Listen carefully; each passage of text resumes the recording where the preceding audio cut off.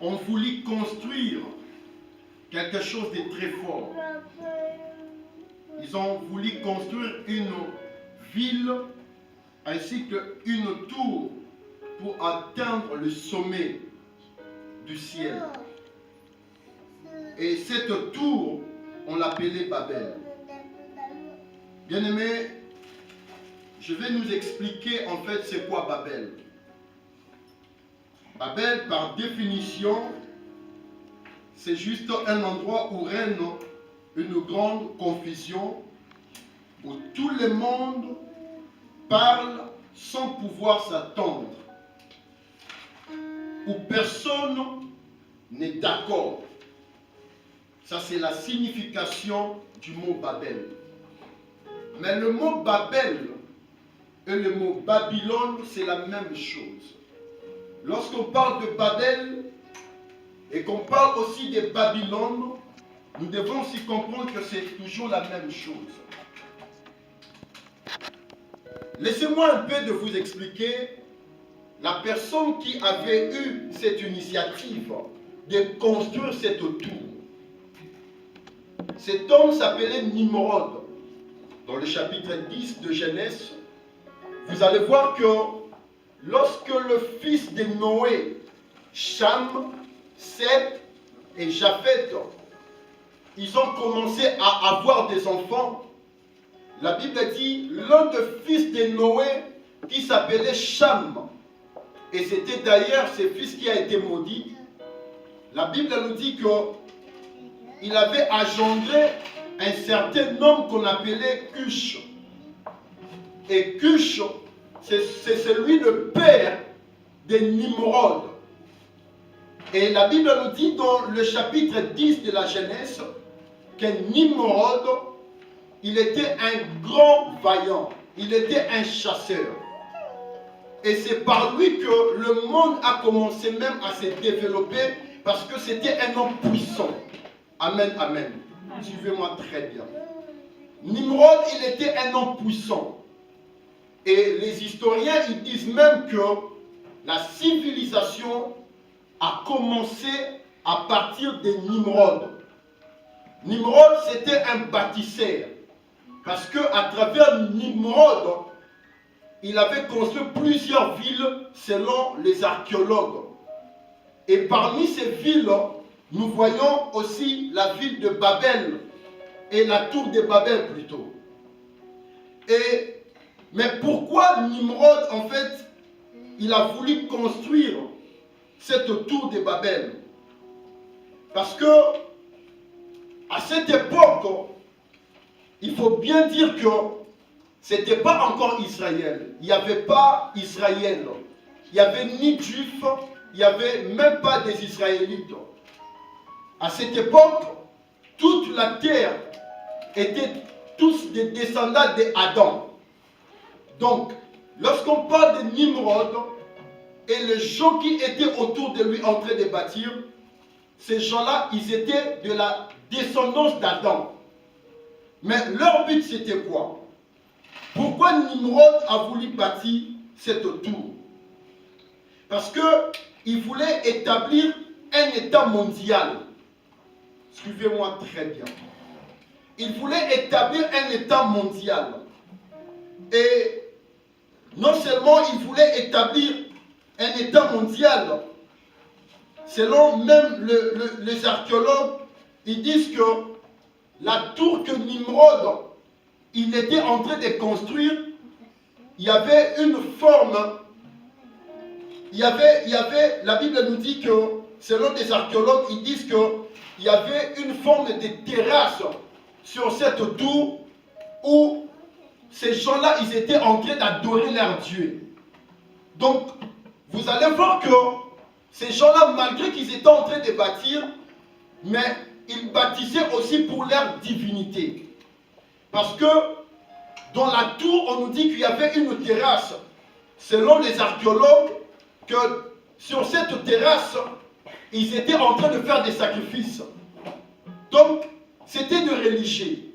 C'était des gens qui adoraient plusieurs dieux à la fois. Voire même, dans la Mésopotamie, on nous dit selon l'histoire que c'est à travers le babylonien que les gens ont commencé à adorer plusieurs dieux. Ils avaient au moins plus de 20 000 dieux à cette époque. Ils adoraient tellement des dieux étrangers. Et on nous dit aussi que Nimrod, lui-même, il représentait aussi la force de la divinité de Dieu avec sa femme. Parce qu'il était quelqu'un de très puissant, il était quelqu'un de très fort et il était devenu comme une divinité. Les gens voulaient même adorer Nimrod parce que nous allons voir même à la suite de cette histoire que lorsqu'ils étaient en train de construire, Nimrod, il a prononcé une parole avec les gens qui étaient avec lui.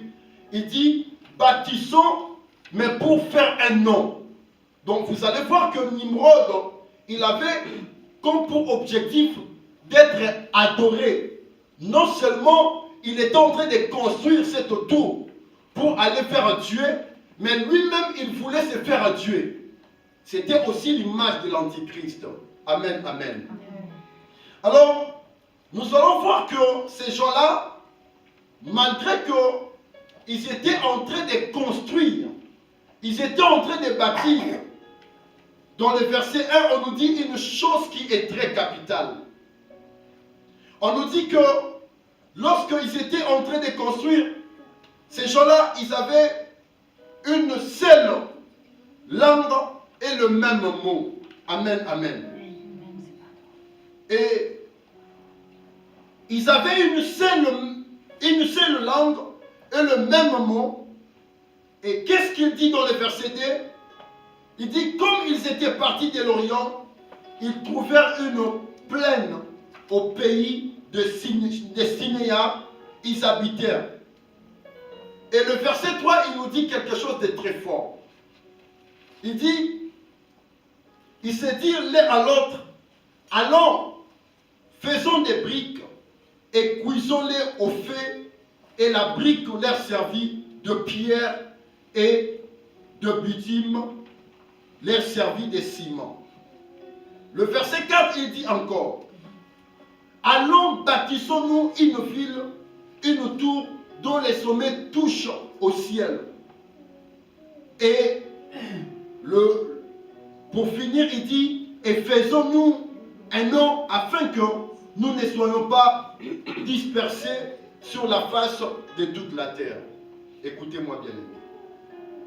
Ces gens-là, vous allez voir qu'ils avaient une même langue. Ils parlaient une même langue.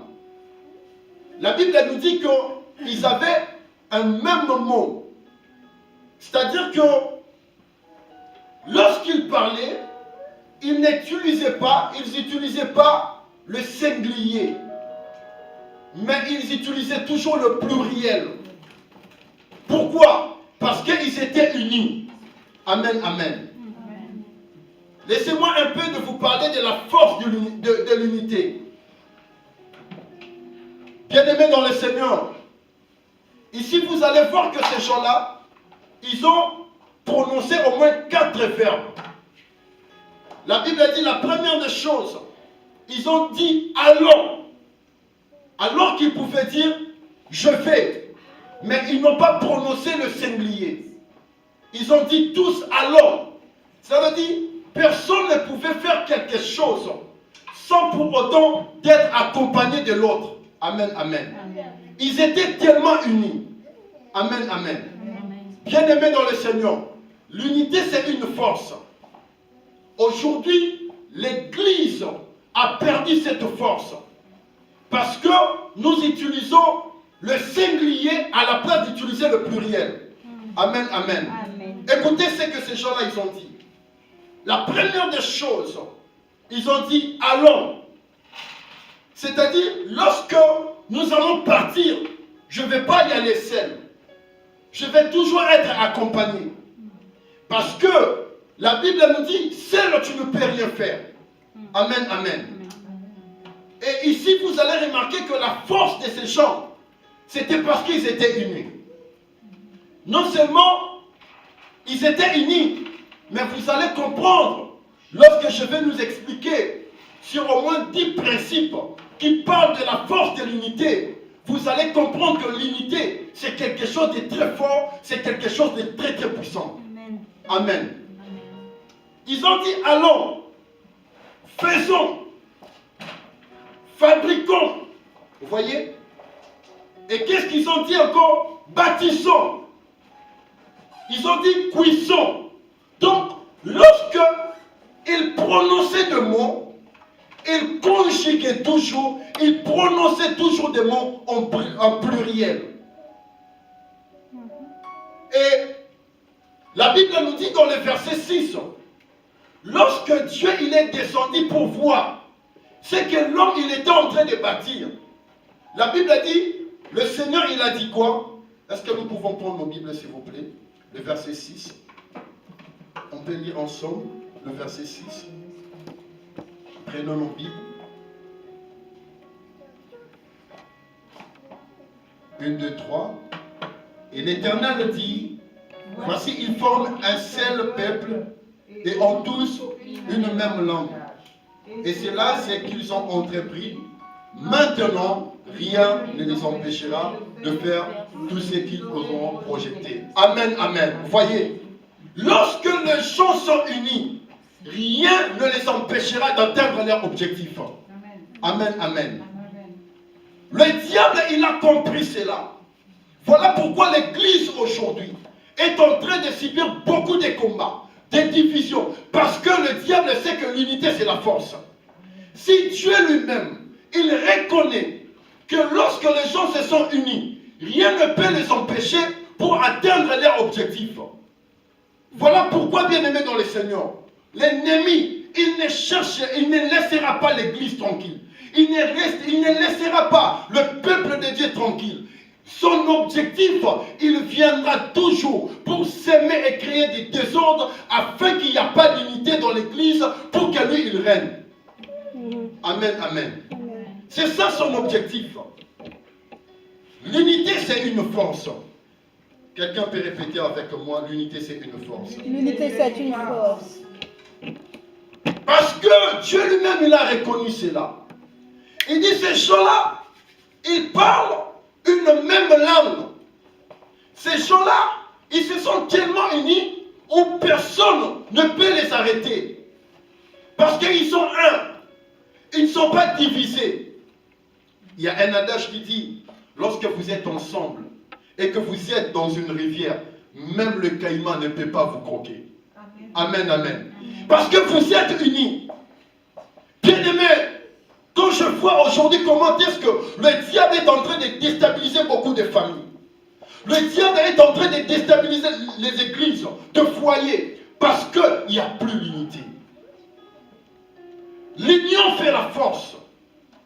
Ces gens-là, ils étaient en train de construire ensemble. Ils parlaient une même langue. Et le diable lui reconnaît cela.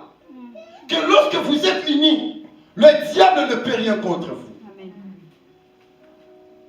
Et il y a un adage qui dit dans le livre d'Ecclésiaste, chapitre 4, verset 12. Est-ce qu'on peut lire ça? Le premier principe, nous devons comprendre que l'unité, c'est une force. Lorsque vous marchez dans l'unité, dites-vous que vous marchez dans la force. Rien ne peut vous détruire.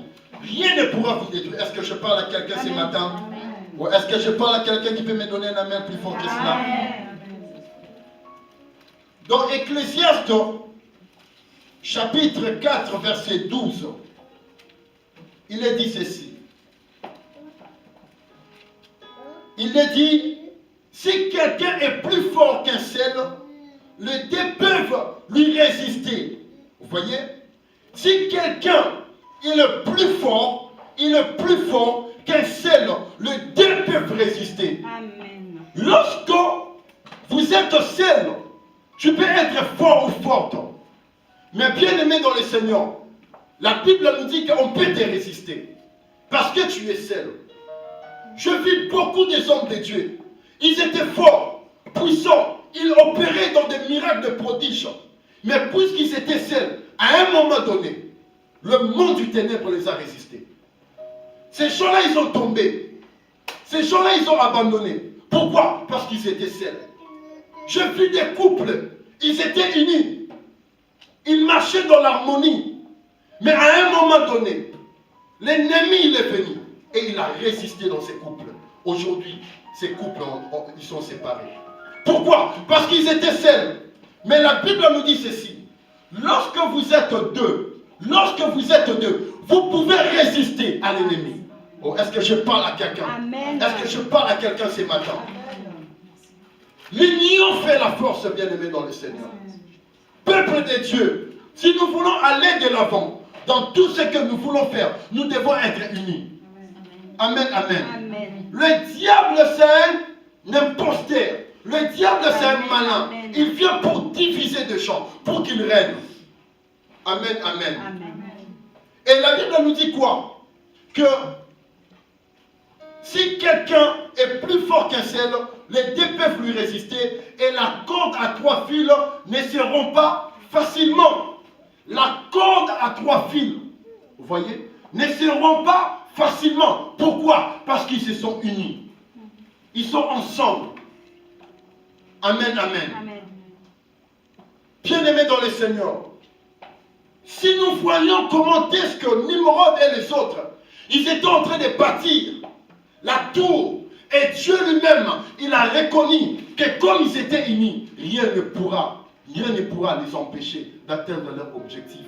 Amen. Alors vous, bien-aimés, est-ce que vous croyez vraiment que si tu peux faire des choses que tu peux faire? Est-ce que vous croyez vraiment qu'en marchant avec Dieu de la manière dont tu es en train de marcher, les choses peuvent aller de l'avant? Oui, ça peut marcher aujourd'hui, mais tu arriveras à un moment, bien-aimé, tu auras besoin de gens. Amen. Amen, amen. C'est ainsi que c'est important, même lorsque vous marchez dans la vie chrétienne, d'avoir de pères, d'avoir des mentors, d'avoir de bons frères autour de toi. Amen. Amen, amen. D'être entouré de bonnes personnes. Qui est ton coach? Qui te soutient même dans tes prières? Lorsque tu veux marcher seul, bien-aimé, tu arriveras à un moment, tu seras bloqué. Amen, amen. Est-ce que quelqu'un peut me donner un amen? Amen. Que cela? Amen. Amen. Est-ce que quelqu'un peut acclamer le Seigneur?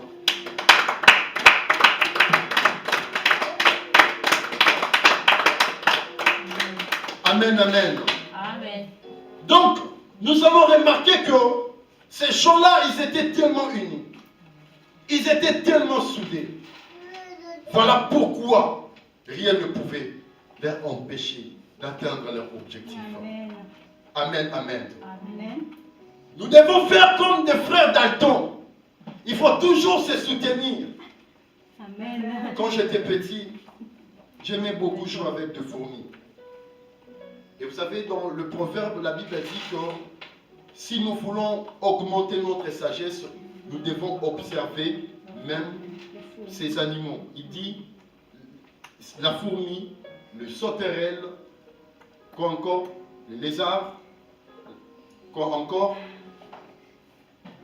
La fourmi, quand j'étais petit, j'aimais bien jouer avec des fourmis et je pouvais peut-être tuer une sauterelle et je les jette là où il y a des fourmis. La fourmi, elle peut être juste seule. Je jette quelque chose qui est plus grand que lui. Il vient, il regarde, il observe, il retourne. Il ne va pas aller chercher les autres. Parce qu'il a constaté que la chose, elle est tellement plus grande et à lui seul, il ne pourra pas transporter la chose. Amen. Bien aimé, j'observais de fourmis. Il sortait, il venait. Et lorsqu'il s'est croisé, c'est comme s'il faisait de la bise. Il fait de la bise. Donc, il s'informait. allez là-bas, il y a quelque chose, on doit transporter, on a maintenant quelque chose à manger, mais seul on ne peut rien faire. Il faudra appeler Jean, il faut appeler Jeannot, il faut appeler Michel, il faut appeler Lynn, il faut appeler Maman Suzy pour transporter la chose. Le bâtisseur ne pourra pas aller seul. Si nous voulons aller de l'avant, on doit faire comme des fourmis, on doit s'appeler, on doit se faire. Oh, est-ce que je parle à quelqu'un ce matin? Amen, amen. Le diable, il connaît la force de l'unité. C'est ainsi qu'il combat l'unité dans l'église. C'est ainsi qu'il combat l'unité dans des foyers. C'est ainsi qu'il combat l'unité dans des familles, dans des entreprises. Hier, j'étais à Château-Rouge. Je voyais des gens en train ils étaient en train de faire la marche et en train de protester contre le pouvoir en place du Congo. J'ai dit, mais comment le pays peut aller de l'avant? On vient d'élire quelqu'un, on a voulu un changement. Mais les gens ne veulent pas. Et tout cela, c'est l'ennemi. Parce qu'ils ne veulent pas que les gens soient ensemble. Il y a toujours des opposants. Il y a toujours des gens. Ça, c'est un esprit bien-aimé de Babel. C'est un esprit de Babylone. Amen, amen. Amen. Et aujourd'hui, en sortant d'ici, nous allons détruire cet esprit. Amen. Amen, amen. Bien-aimé, l'union fait la force.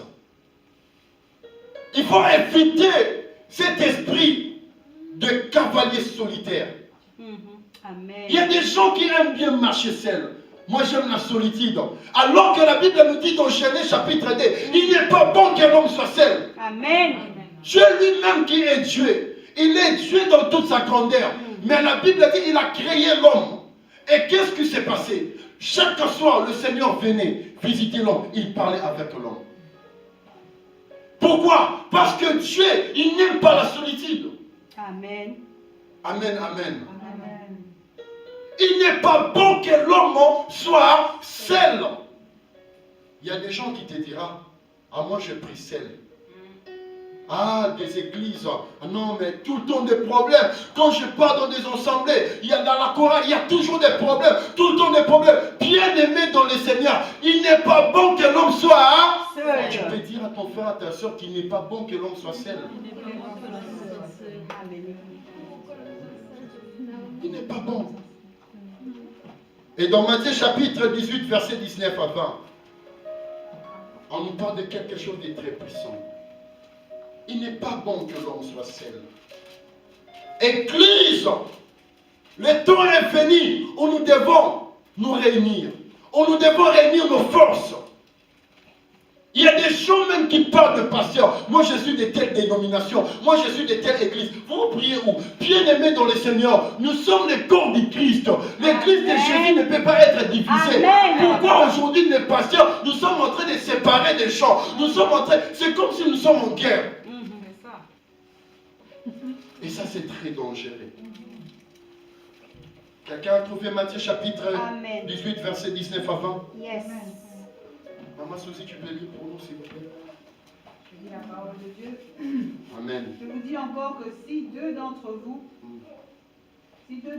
s'accordent pour demander une chose quelconque, elle leur sera accordée par mon Père qui est dans les cieux. Okay. Car là où deux ou trois sont assemblés en mon nom, je suis au milieu. Amen. Amen. Vous voyez? Amen. Si deux d'entre vous s'accordent pour demander quelque chose de la part du Seigneur. Amen, amen. Amen. Vous savez, bien-aimés dans le Seigneur, il y a trois sortes de prières. Il y a trois sortes de prières. Il y a la prière individuelle. Oui. Il y a la prière collective. Et il y a la prière d'accord. Amen. Amen, amen. Amen. Le Seigneur, il dit, si deux d'entre vous s'accordent pour demander quelque chose sur la terre, une chose quelconque, elle leur sera accordée par mon Père qui est dans le ciel. Car là où deux ou trois sont assemblés, en mon nom je suis au milieu d'eux, vous voyez? Là où deux ou trois sont ensemblés. Voilà pourquoi tu ne peux jamais dire que je reste dans ma maison en train d'adorer Dieu. Non. Là où 2 ou 3 sont ensemblés en mon nom, je suis là. Amen. Il y a une force. Là où vous êtes unis, bien-aimés, vous allez résister à l'ennemi. Amen. Amen. Pourquoi aujourd'hui le diable est en train de séparer beaucoup de couples? Parce qu'il n'y a plus l'unité. Amen, amen. Amen. Pourquoi le diable est en train de réussir à détruire des églises? Parce qu'il n'y a plus l'unité. Là où 2 ou 3 sont ensemblés à mon nom, il est au milieu d'eux. Amen. Mais écoutez-moi très bien. Il y a une chose que nous devons bien retenir et saisir. Il dit, je vous dis encore, si des d'entre vous s'accordent. Ici, on ne nous parle pas seulement si des d'entre vous en train de prier, je suis là. Mais ici, on a prononcé le mot accord. Accord. Amen. Amen. Amen. Amen. Cela veut dire, c'est quoi être en accord? C'est-à-dire, lorsque vous êtes ensemble, je prends un exemple, ici, tel que nous sommes là. On peut être là.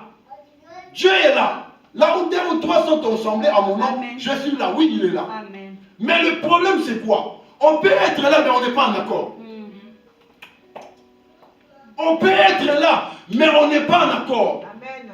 La prière en accord, c'est quoi? C'est lorsque votre âme, votre esprit sont liés, sont accordés.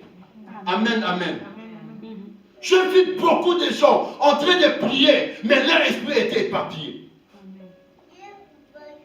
Et comment le Seigneur peut nous répondre? Comment le Seigneur peut nous exaucer aussi longtemps que nous ne sommes pas en accord? Amen, amen. Et dans Actes chapitre 5, 4 plutôt. Quelqu'un peut prendre Actes chapitre 2, verset 1. Et Actes chapitre 4, verset 38.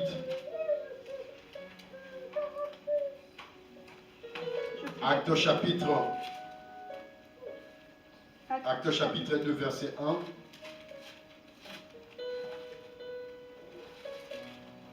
Et Actes chapitre 4, verset 38. Je lis la parole. Amen. Acte 2, verset 1.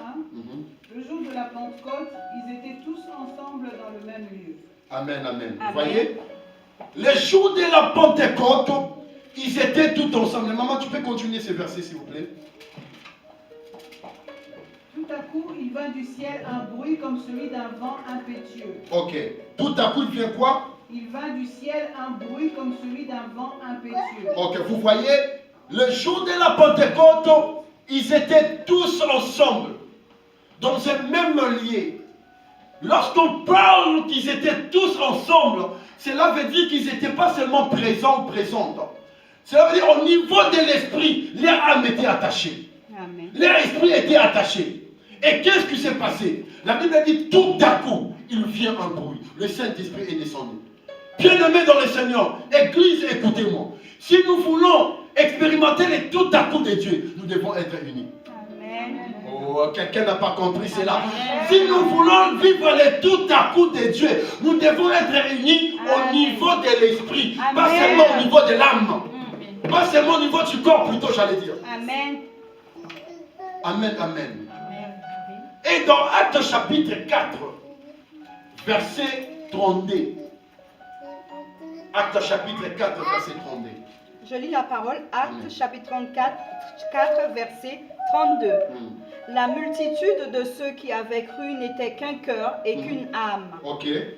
Nul ne disait que ses biens lui appartenaient en propre, mais tout était commun entre eux.